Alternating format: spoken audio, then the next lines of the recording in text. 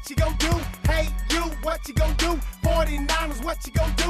Ravens, tell me what you gonna do? Jets, what you gonna do? Steelers, what you gonna do? Cowboys, what you gonna do? When the Jags come for you? Falcons, what you gonna do? Browns, what you gonna do?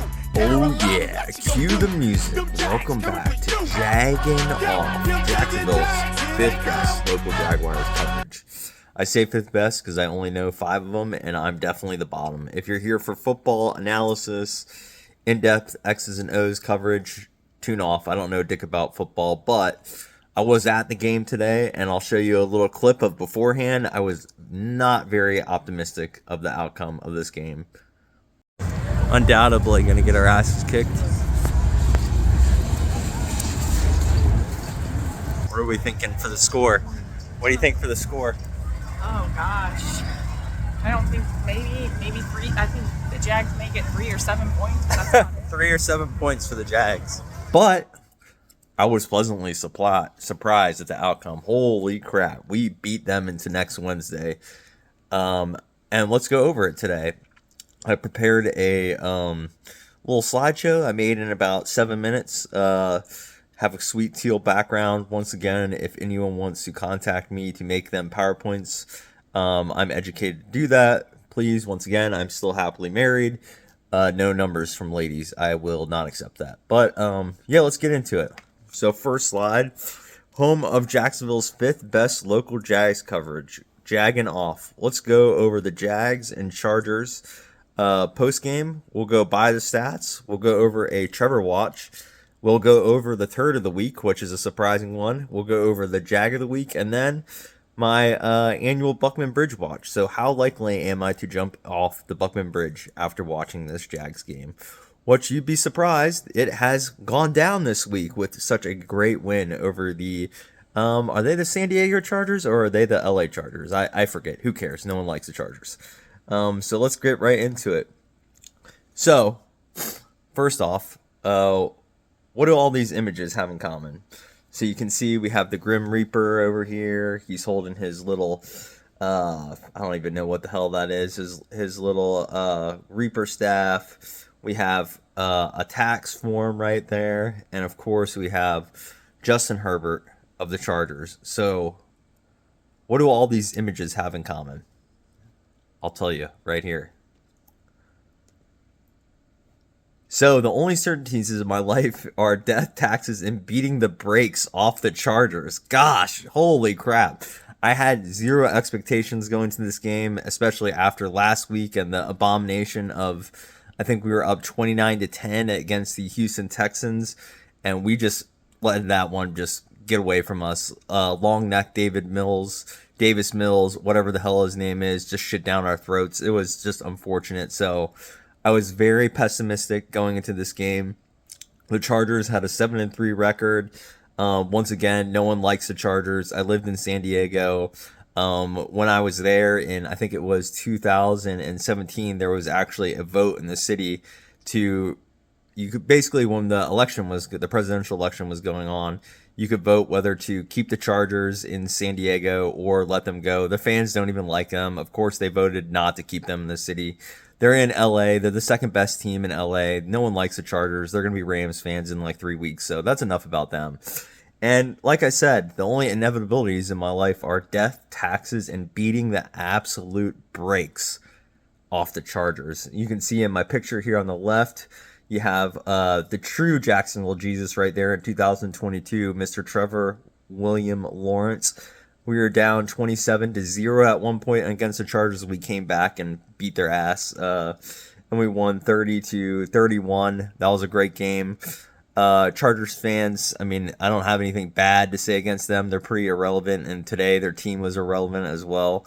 We beat the brakes off of them. We took them behind the woodshed and just beat the shit out of them. I mean, the score was 35-6. It felt even more than that. They really didn't do anything the entire game. Like, I heard from an inside source, I don't know if this is true, but I heard that Justin Herbert, Keenan Allen, and a few other players were out at Jack's Beach getting hammered drunk, probably hitting on some of the local poon in the area, and I don't think they took this game serious. The Jaguars, you know, they were kind of sometimes the laughing stock in the NFL. Well, you got your medicine today. You guys, I am surprised that is a 7-3 team. I've watched a lot of games here in Jacksonville. I've been disappointed in this team multiple times. When you go to the game, you usually just come away with a hangover and a sunburn. But today, I mean, it was a good time. I mean, you didn't even have to, and I'll get into like how many drinks you usually have to drink at a Jaguars game to entertain yourself, but you hardly had to drink today. It was just good football out there all around, the offense, the defense, and we'll get into that with the stats. But yeah, we beat the absolute brakes off them. I hope the LA fans go back to San Diego or LA crying. I don't care. Get out of my city. And that's enough about the Chargers. Let's go over the Jags. So, beer watch. Okay. So I want to put this on here. I'm a local Jacksonville, not a native. I moved here in 2018, and I started going to these games. My wife got me into this team. Unfortunately, sometimes I think that maybe my psyche and watching this team every Sunday is kind of a bummer.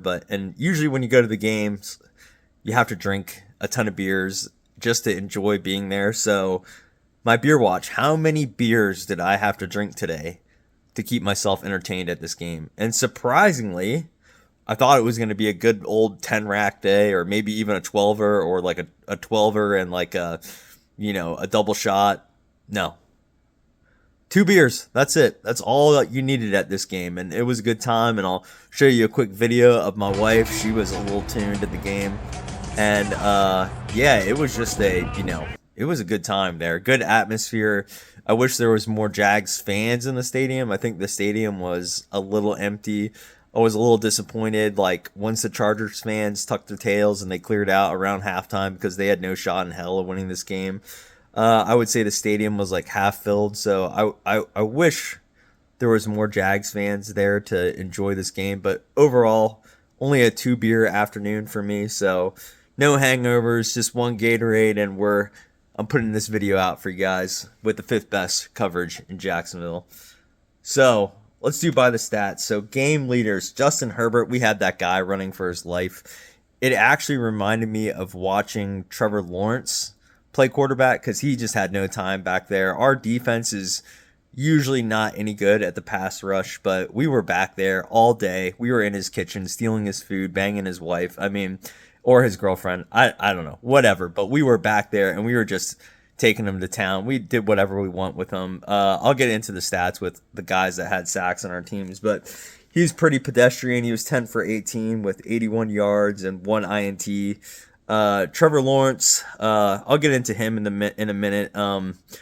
Typical Trevor Lawrence day, 14 to 22, 153 yards, 1 touchdown and 1 INT.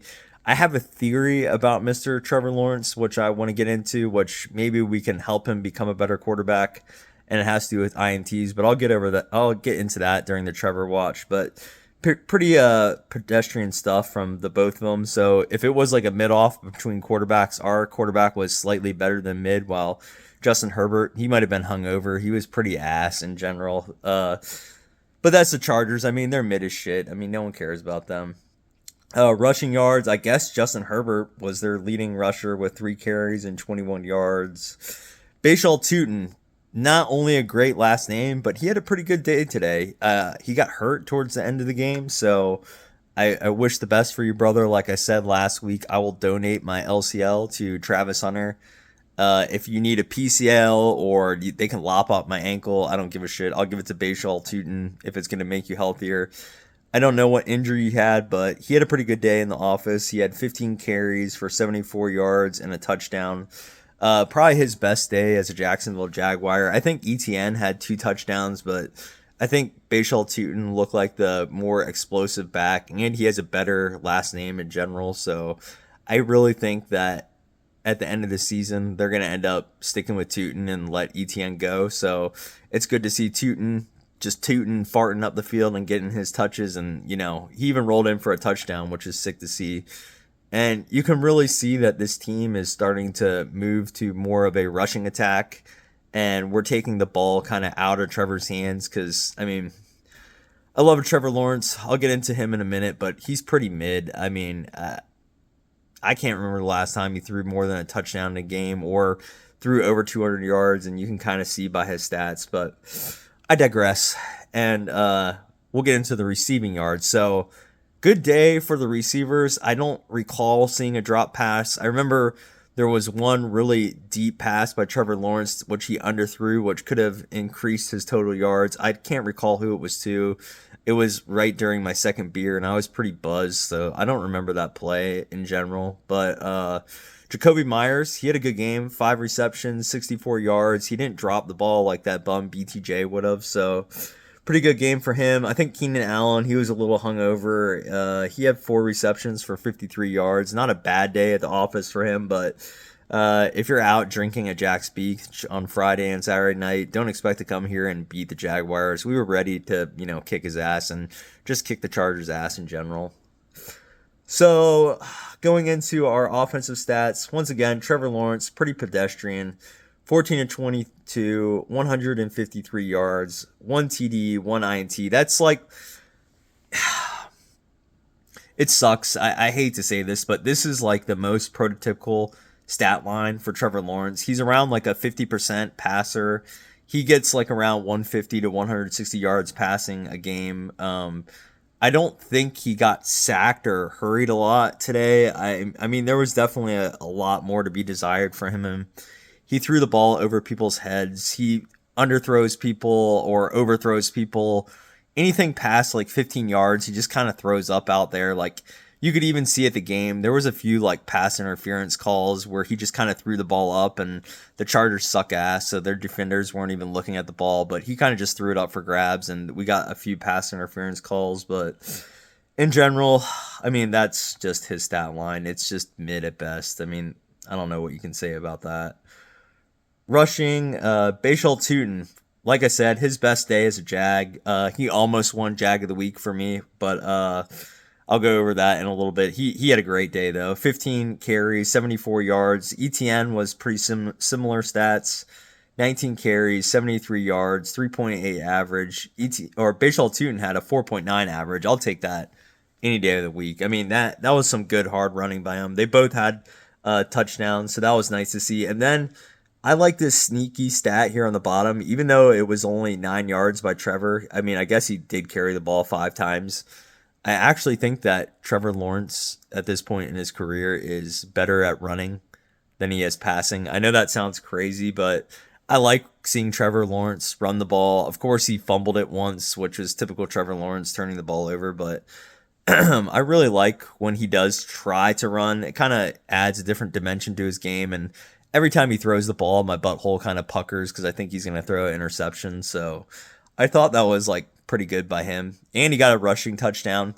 And that I give Mr. Duval himself, cue the Duval.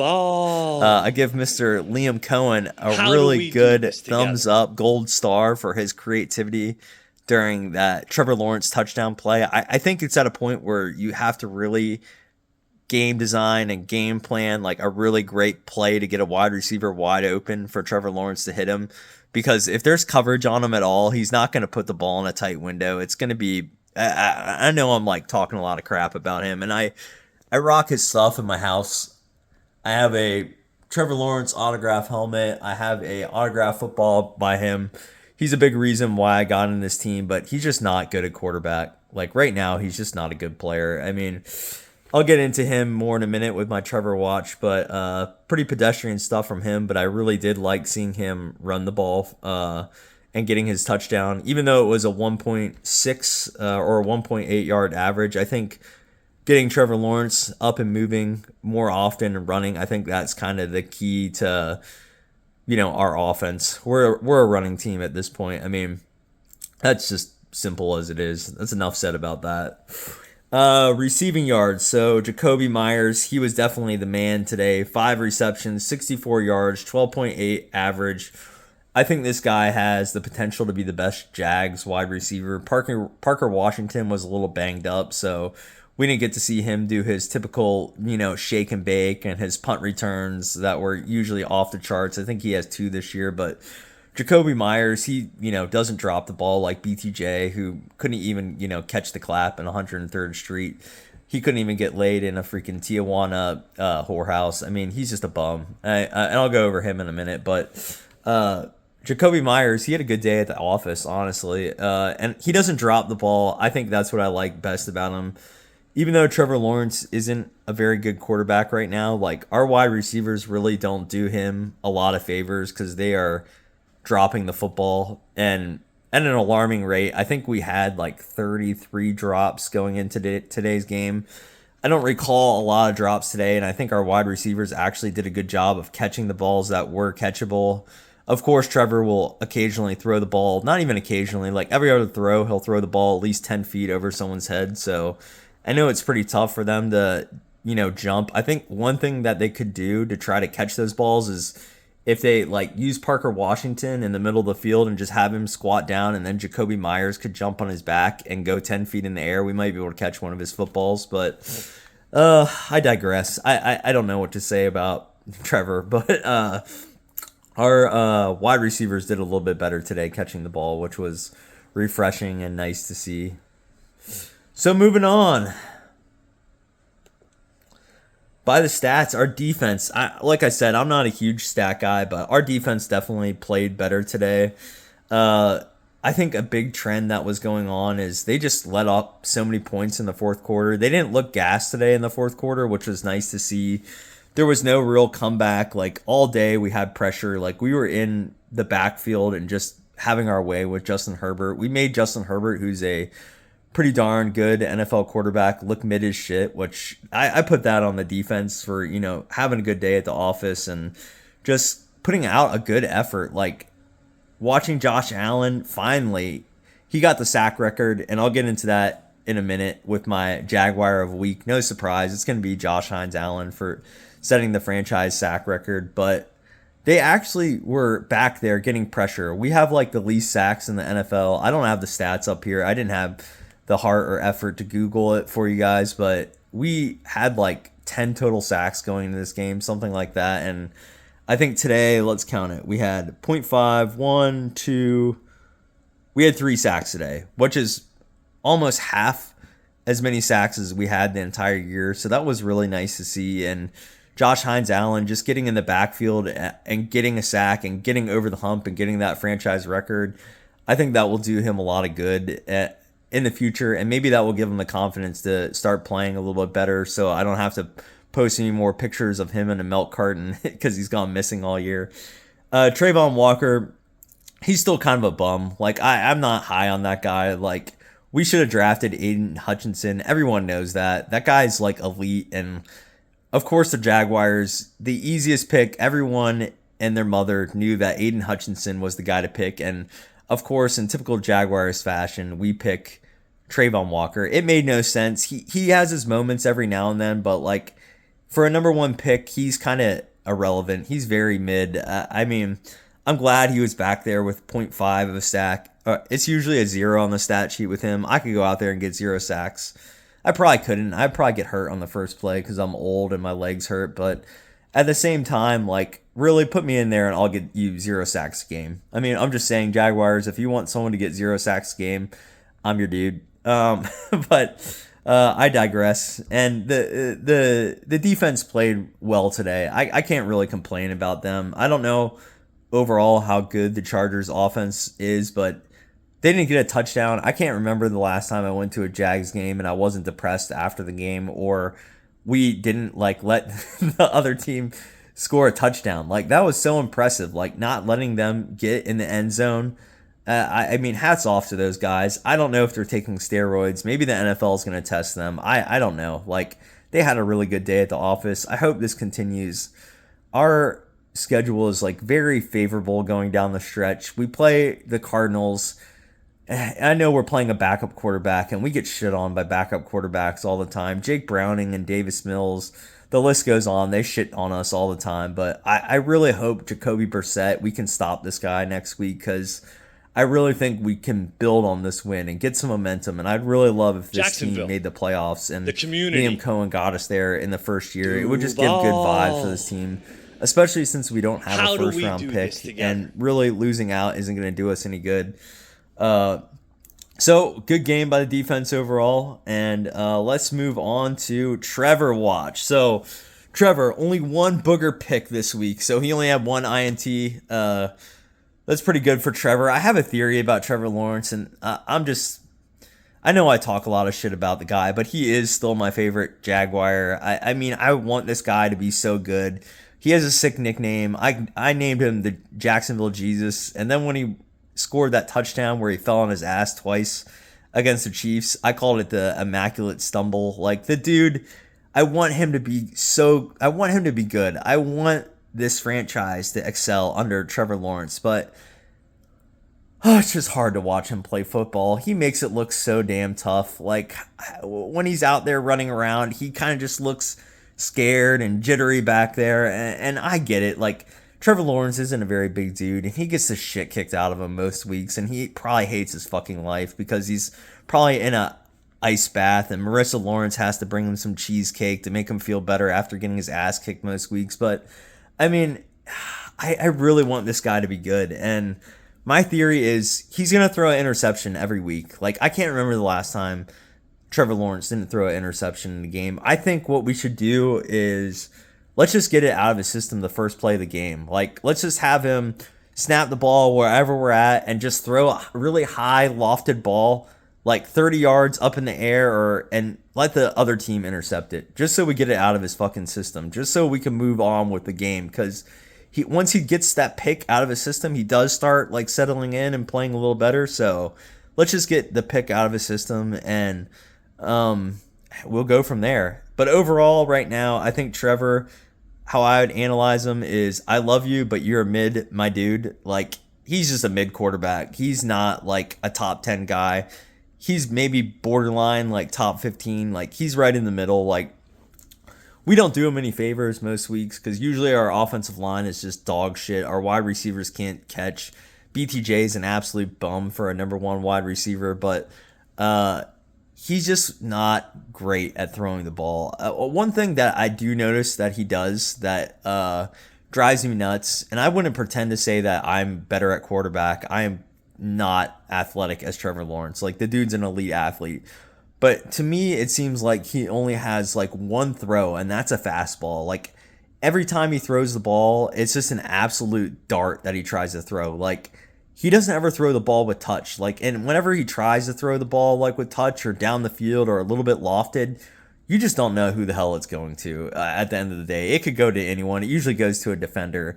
He's not amazing at throwing the ball down the field. I'll have to look on the game replay and see who it was, but there was a wide open guy around, like, I'd say 44 yards or 50 yards down the field, and it was an easy touchdown throw, and he just underthrew him by like 5 or 10 yards. Like, I was there in the stands, and everyone around me were like, how? There was not a defender within 10 yards of the guy. If he just put some air underneath that ball and got it to him, like, it's frustrating watching him. He just has a fastball, and he's pretty mid. Like, I love you, but you're mid, my dude. That's what I have to say about Trevor Lawrence. I mean, I guess he outdueled Justin Herbert. He usually does. Justin Herbert's a wannabe Trevor Lawrence. Like I said in my last video, they're both clones of each other, but Trevor Lawrence has better hair and a hotter wife, and he just has a cooler nickname, Jacksonville Jesus, compared to Justin Herbert. Like, he's good at everything but being a quarterback, which Justin Herbert's usually better at, but he wasn't today. Note for Justin Herbert, if you're going to come to Jacksonville and get drunk and go to the beaches and slog some beers and sleep with the local women and get chlamydia, that's fine, but, you know, you're not going to play good on Sunday. That's all I have to say, you know. We'll see what happens with the rest of the season with Trevor Lawrence. I hope he gets better, but I don't see, you know, a bright future with him. I don't know if we're going to keep him at the end of the year. I hope he gets better, and so I don't have to sell my Jaguars helmet, but he's pretty mid right now. Turd of the week. So who do we have as the Jacksonville Jaguar turd of the week? That's easy. He didn't even play, but BTJ, I hate you, dude. He's single-handedly, and this is kind of personal, ruining my fantasy football team.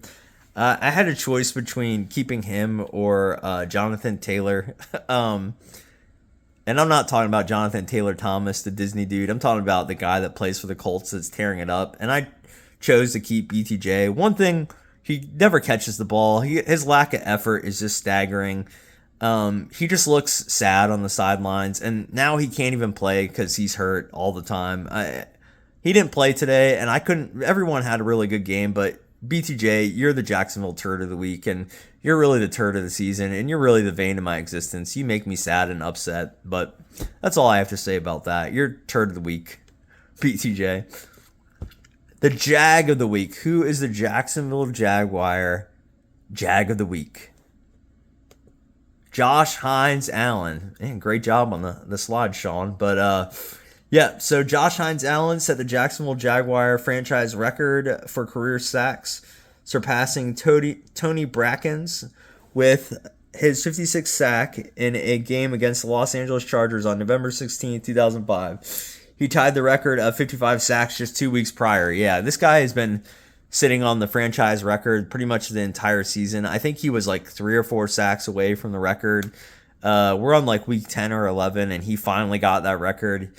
My theory with him is he just has not been good since he changed his name to Josh Hines Allen. He was better as Josh Allen. I don't know if he can switch it back, but that would probably do him a lot of good if he did that, just so we can get him rolling again, because I miss Josh Allen. This Josh Hines Allen is kind of an imposter, but this week he gets the Jag of the week for getting the sack record. It was nice to kind of see the fans happy and cheering for him, and they did a little video montage of him, on the Jumbotron in the stadium, which was nice to see. But overall, this guy has been kind of mid this year, but I'm still giving him the Jag of the week for his career record. That's a big deal, setting a franchise record. And once again, I talk a lot of crap about this team, but I really hope that Josh Hines Allen tears it up the rest of the year. I would love for this guy to get like 5, 6, 7, 8 more sacks on the season. Getting them in double digits would be really good, and I think good for this team.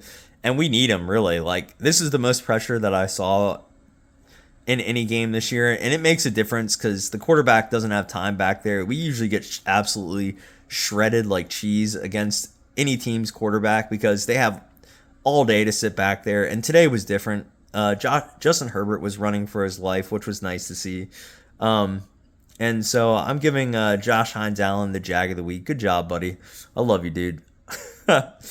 And then my Buckman Bridge watch, which I'll get into just a second. But I have 2 fan interviews that I want to show you guys real quick. I just started this podcast, or I guess YouTube channel, and I met 2 people during the game, which I want to show these interviews real quick. And here they are. Hey, here we go. Hey, what do we think about the game today? Hey, this is Mr. Jackson. Duval. Hey, this is Sean Fitzpatrick. I'm with Jonathan. What do you think about the game today? Dude, the game was awesome. Dude, They definitely dominated. Dude, we dominated them. Do you think that Trevor is the quarterback of the future? I think so, man. Hell yeah. He can bring the Jags to all the wins they need. The Jacksonville Jesus? Jacksonville Jesus, bro. Dude, that's my man here. Can I get a Duval? Duval! There we go, bro. Thanks, man. Hey, this is Sean Fitzpatrick. I got a T-Law fan right here. Is this the best Jags game you've ever seen? This is the best Jazz game, and I saw the one from the Chiefs. You were here for the Chiefs? I was here. You hear that? That's better for this guy. How long have you been a Jags fan for? 1 month, 2 One months. month. Dude, you picked the right jersey. That's my guy right here. Hey, can I get a Duval? Duval! Thanks, man. I just arrived to Jazz. And then getting into the Buckman Bridge watch, it's my likelihood that I will jump off the Buckman Bridge after watching Jags game. I sort of started this as a joke. If you don't know what the Buckman Bridge is, it's just a large bridge in Jacksonville that separates the nice side from the shit side of Jacksonville. And usually after Jaguars games, we'll be coming back from the game, me and my wife, and I'll tell her to pull over the car, and I just feel like getting out and jumping off that freaking bridge. But today was different, and it was nice. Like, it was a good afternoon. It was nice to see the fans. Shout out to those 2 dudes I interviewed. Thank you so much for taking the time to talk to me for a second. And it was just nice in general to see people happy. Whenever this team wins, it just lifts the city. Everyone is happier. We don't get shit on by other teams' fans throughout the week. We actually can walk into our office and to our jobs with a little bit of respect.